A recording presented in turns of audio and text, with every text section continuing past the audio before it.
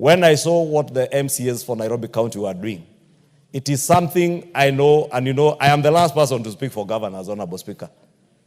But the Office of the Comptroller of Budget needs to style up.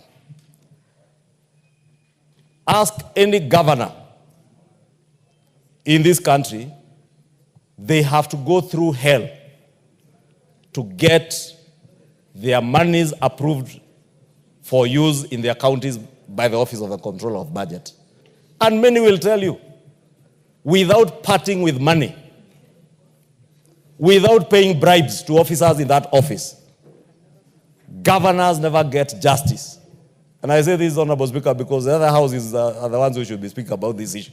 But because I saw it in the media that MCAs now have taken it upon themselves, the MCAs from Nairobi County, to go and demonstrate or seek for justice, especially around money that should be going to their constituents in their wards, and they can't get approvals, Honorable Speaker. And it's not just Nairobi County. Across the country, governors and county governments are suffering because of inefficiencies and corruption in the Office of the Comptroller of Budget. But because they're independent offices, they imagine if anyone speaks about them, the whole world will come crumbling down, saying, oh, you're attacking independent offices. Their independence can never go without being checked, and it is only Parliament that can check these independent offices, and even the Office of the Auditor General, Honorable Speaker. The Auditor General reports to Parliament. That is why her reports are sent to the National Assembly and the Senate for those that relate to counties, for them to offer an opportunity to the MDAs, the ministries, departments, and agencies of government to appear before our oversight committees and answer to all the issues that the Auditor General has raised. And therefore, when again people pick sensational issues that are in the Auditor General's report without paying any attention to the responses by the management of the MDAs, Honorable Speaker, then we run the risk of sensationalizing everything about the running of public offices in this country. And therefore, we must call for accountability even in these offices, Honorable Speaker. And I want to take the opportunity, even as we correct the misinformation, to call for accountability even within our independent constitutional office like that of the Comptroller of Budget. And I have said it, Honorable Speaker, and I am certain if our governors had the forum like I have here, they will tell you they are suffering. Speak to any governor, they will tell you they have to bribe officers in that Office of the Comptroller of Budget to get their expenditures approved. And that's why you've seen MCAs really crying out on behalf of the people that they represent. Because MCAs are people's representatives like members of Parliament. They represent constituents who are waiting for drugs to get to hospitals in their wards, children who are waiting for bursaries. As much as, again, I hear there was something else to do with bursaries coming from the counties, Honorable Speaker. But we must speak for these people, because if we do not, Honorable Speaker, it then becomes fashionable in our sport to just talk about the sensational reporting that is out there, but nobody is holding to account these independent officers. But that is our mandate, and we must do it. Thank you, Honorable Speaker. Yes, Junet.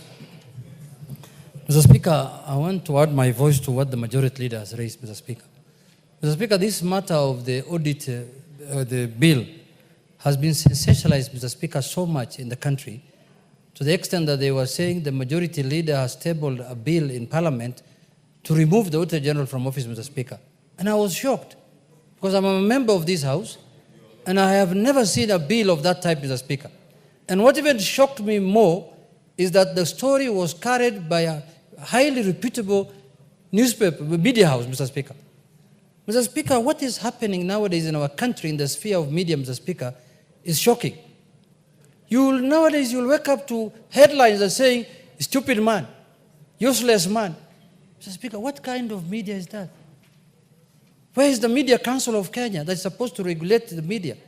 Where is, if people are aggrieved on what media is doing, where do you complain to, Mr. Speaker? And there are no apologies.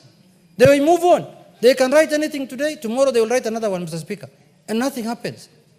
Secondly, Mr. Speaker, but the main issue I wanted to bring to the attention of the House, Mr. Speaker, the Auditor General reports to the National Assembly.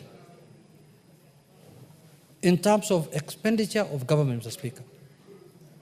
Mr. Speaker, I have been a member of the Public Accounts Committee in the last 2 parliaments. Auditing of government expenditure did not start today or yesterday, Mr. Speaker. There is a procedure that is followed whenever auditing is done, Mr. Speaker. And the law is very clear. I want to bring to the attention of the House that Article 226 of the Constitution, as read with the Public Audit Act 412B, Mr. Speaker, provides for the procedure of auditing, Mr. Speaker, which requires that the Auditor General engages the public servants who are in the public offices, audits them, and reports to Parliament. Parliament is now supposed to verify whether the audit report is correct or not correct. Until that is done, Mr. Speaker, and a report is tabled before the Assembly of the House, before the plenary of the House, Mr. Speaker, that audit is not confirmed, Mr. Speaker. Those issues raised in that audit report. You will see now, the Auditor General reports on a matter, before it is verified, before it is certified, it is all over the country saying that so-and-so has stolen this, so-and-so has, this kind of money has been lost, and to the extent of inviting the Auditor General to appear before you, and she confirms that this is what she has found. But she has not told that committee that the matter has not yet been verified by the Committee of the House, Mr. Speaker, because the Committee of the House is the arbiter on that matter. The public servant who has been accused of malpractice and the Auditor General, who is the prosecutor, appear before the Committee of the House, and everyone brings his or her documents before the Committee of the House. Unless we have changed our rules, unless we have changed our laws on auditing, Mr. Speaker, that is the position as far as I'm concerned. Now, Mr. Speaker, any audit report is a confirmed report before it is audited, before it is brought before the House. Mr. Speaker, that culture will lead to anarchy. That culture will lead to people's names being destroyed, Mr. Speaker, without any recourse. Mr. Speaker, why the civil servants are being given an opportunity to explain what the Auditor General has reported is because they might have been delayed in submission of documents, there have been misinformation, could have been misinformation, they could have been misreporting. All that needs to be looked at. But if the Auditor General's word is final, then why report to Parliament then? Why can't the auditor do the report and publish it, and that should be the end of the story? That is not what the law says. And we must be people who are guided by the Constitution and the law. Secondly, Mr. Speaker, Kenyans nowadays are asking themselves whether these independent offices that they gave themselves unto through the new Constitution is really serving them. Look at the controller of budget, Mr. Speaker. County government, you know, the controller of budget, Mr. Speaker, is supposed to check whether the expenditures that are being incurred by the county government and the national government are in tandem with the budget that has been approved by Parliament, period. But now, every county government must seek the approval of the controller of budget for any expenditure. If they want to build a dam, he must go to the controller of budget and ask her, can I build this dam or not? Then there is a lot of corruption. The other day, the controller of budget reported that the government, the national government, spent 1.3 trillion manual without passing through our office, Mr. Speaker. And he said that money was supposed to be spent electronically. Mr. Speaker, who is this mad person who knows that Parliament is going to audit them, Parliament is going to hold them accountable, and you can spend public funds which are not budgeted for? Mr. Speaker, the corruption in the controller of budget office must end. Devolution is suffering. Governors are suffering. Governors are unable to perform. Governors cannot access monies that have been appropriated for them, Mr. Speaker, because of the office of the controller of budget, Mr. Speaker. And it has been the norm. And the controller of budget has refused to take any action. She has been summoned to the Senate. She has been summoned to the National Assembly. Governors have gone to see her. The Council of Governors have gone to plead with her that devolution is suffering. There is corruption in her. For every approval, you must part with something. Governors are saying openly everywhere that for us to get approval from the Controller of Budget's office, we must give some money.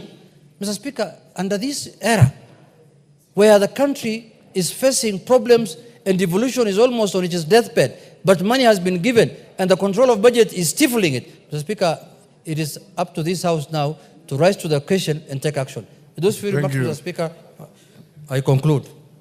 David, Speaker. Thank you, Honorable Speaker. I just want to... Take 2 minutes. Yes, I'll take 2 minutes. I just want to follow up on the issue that has been said by the majority leader and the minority leader in regards to the media. We can see that there is indiscipline in the fourth estate, and we have allowed that indiscipline because there are no consequences for misreporting and misinformation at all. We must begin to put pressure on them. One, if those who are within the Bunge grounds, who are accredited to report here in Bunge, misreport, then the accreditation must be taken. And not just the individual accreditation, that of their media house. It's as simple as that. Because they owe us a duty to report accurately, and that's why we allow them access to be here. But they cannot be here and continue to misreport. Also, we must ensure that there is legal consequences. Every time they misreport, if they misreport the Auditor General should sue them. If they misreport Parliament, we should be able to sue those media houses until they begin to know that we are not going to allow it. Or else, if we continue this way, the media houses will be in charge of destroying institutions, destroying individuals, and writing whatever we want. We cannot allow that. We must also make sure that we keep saying, no matter how many times, sending our complaints to the Media Council. And if the Media Council doesn't take action, then we can take them to account. Thank you, Honorable Speaker. Yes, Makali Mulu, 2 minutes. Yeah, thank you very much, Honorable Speaker. Honorable Speaker, I just want to be very brief, and I want to talk about the issue of the media and the House. While I hear my colleagues saying it should be the work of this House trying to tell the media not to report, I see it different, Honorable Speaker.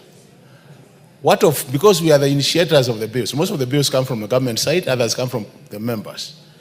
Why don't we have a communication strategy whereby either the owner of the bill or the Parliament do in a very simplified manner communicate the objects of the bill? Because commenting on this issue of the audit bill, Honorable Speaker, procedurally, and you know it, Speaker, budget issues relating to the Auditor General come to the Budget Committee. And this is basically because the Auditor General should be an annex of this House. The work of the Auditor General is to help this House do proper oversight because they give us information. So that being the case, Honorable Speaker, I don't know at what point we decided that this bill should be looked at by the Finance Committee, which normally looks at issues of Treasury. Because from where I say, I might be misinformed, I'm not a lawyer, but I thought procedurally, we have, as a House, we have actually guarded. We have more, as a House, we have made sure that we don't expose the Auditor General to the interaction with the Treasury. And I think that is good for democracy and for purposes of our oversight role as a House, Honorable Speaker.